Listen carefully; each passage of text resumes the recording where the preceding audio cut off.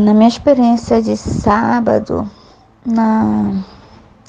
no clamor, né, apóstolo, o Senhor me levava até Brasília. E primeiro eu vi Alexandre de Moraes e eu vi um homem. Eu vi um homem do lado dele, esse homem, mas eu não conseguia ver o rosto desse homem. Eu sempre vi esse homem de cabeça baixa, Mas dava para ver o semblante assim, mesmo de cabeça baixa, que ele sempre estava sorrindo, sempre sorrindo.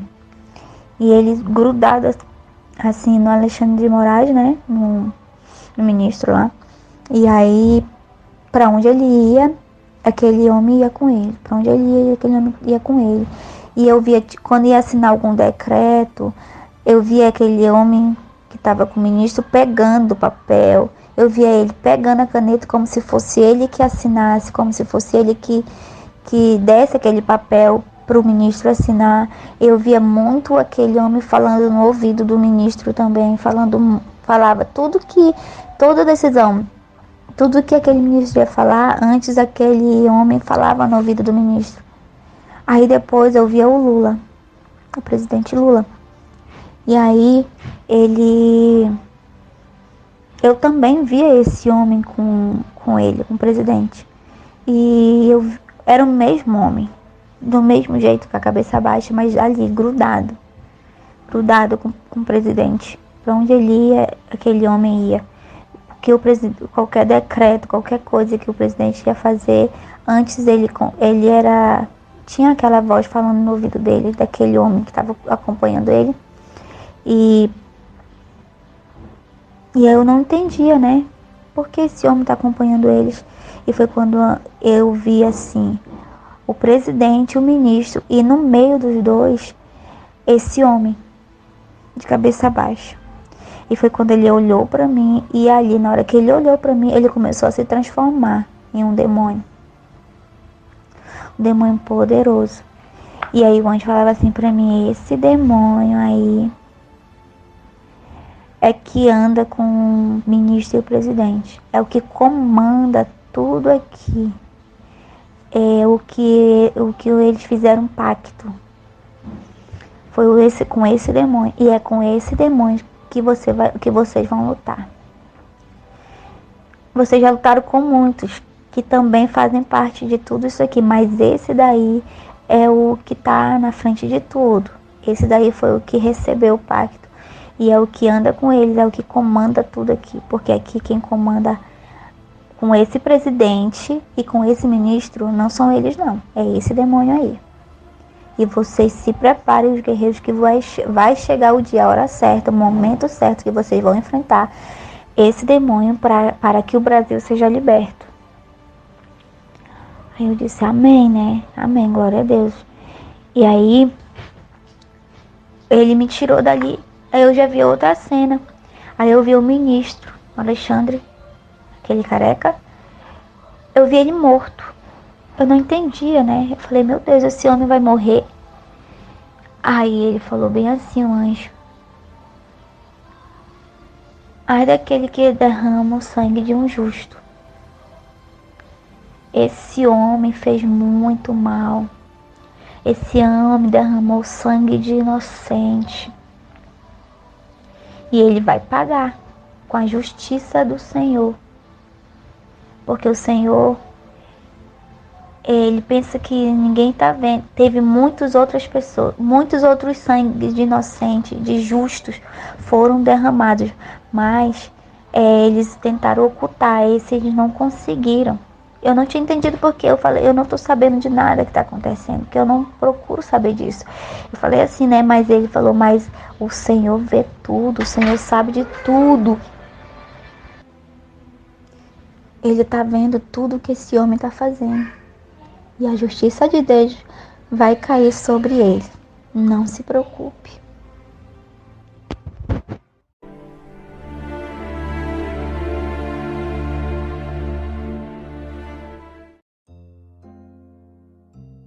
A graça e a paz do Senhor Jesus Cristo, amados irmãos e amigos. Aqui quem vos fala é o apóstolo Juscelino Alves. Quero começar meu comentário com um versículo que está lá em 1 Samuel. Deixa eu achar aqui. 1 Samuel capítulo 28, versículo 13, diz assim, ó: E o rei lhe disse: Não temas, que é que vês? Então a mulher disse a Saul: Vejo deuses que sobem da terra. Ele disse: Como é a sua figura? E disse ela: Vem subindo um homem ancião e está envolto numa capa. Entendendo Saul que era Samuel, inclinou-se com o rosto em terra e se prostrou. Samuel, supostamente, disse a Saul: Por que me inquietaste fazendo-me subir? Então disse Saul: Muito angustiado estou, porque os filisteus guerreiam contra mim, e Deus se tem desviado de mim, e não me responde mais, nem pelo ministério dos profetas, nem por sonhos. Por isso te chamei a ti, para que me faça saber o que hei de fazer. Então Samuel, vamos assim dizer entre aspas, Então disse Samuel: Por que, pois, me perguntas a mim, visto que o Senhor te tem desamparado e se tem feito teu inimigo? Amém, irmão? Só até aí. Amém? Nós entendemos que não era Samuel ali, apesar do espírito parecer, assim um formato, mas sabemos que não era Samuel, e sim um demônio disfarçado. Tanto é que mais adiante ele vai dizer: ainda hoje estarás comigo. Samuel ele era um profeta de Deus, ele morreu e foi para o céu. Agora Saul, que estava em pecado, o Espírito Santo já tinha abandonado Saul. Para onde ele iria, E também o Espírito disse: me fizeste subir, subir porque ele estava lá embaixo, apóstola?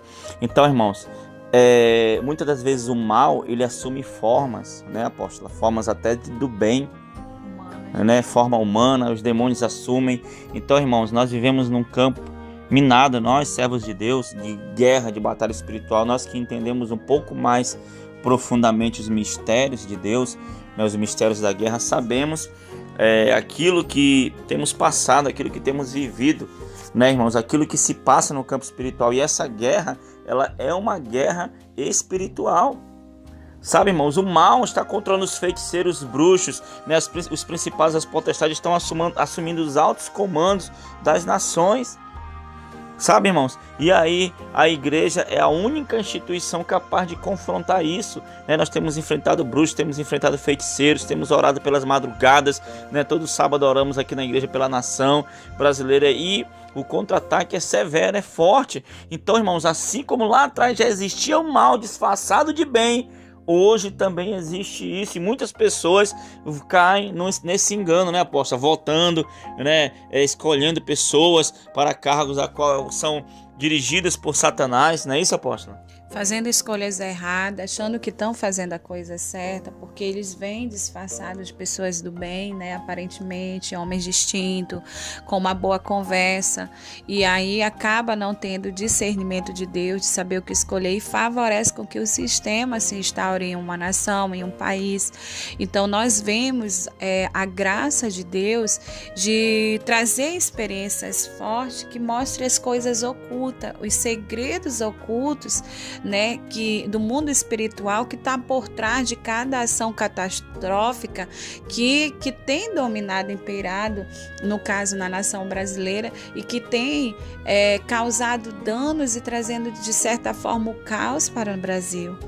Mas ainda assim nós conseguimos ver um Deus que tem o controle de todas as coisas, que quando traz a revelação, ele também está nos ensinando como que tem que ser a conduta da igreja diante dessa circunstância, e nos impulsionando a fazer as coisas certas para que o poder de Deus se manifeste e o reino de Deus se estabeleça na terra. Aí você vê o cuidado de Deus sobre todas as coisas.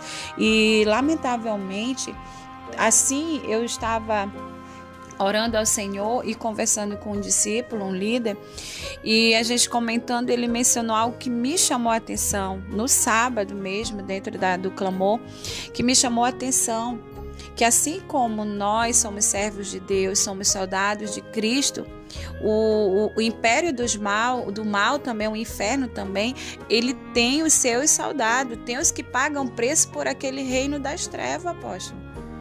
E aí eles conseguem poder, eles conseguem se infiltrar. Por quê? Porque a igreja que era para estar na posição de guerra como guerreiros do Senhor fica adormecida, aceitando tudo o que acontece no dia a dia como se algo fosse natural e não existisse um submundo dessa guerra, que é o mundo espiritual.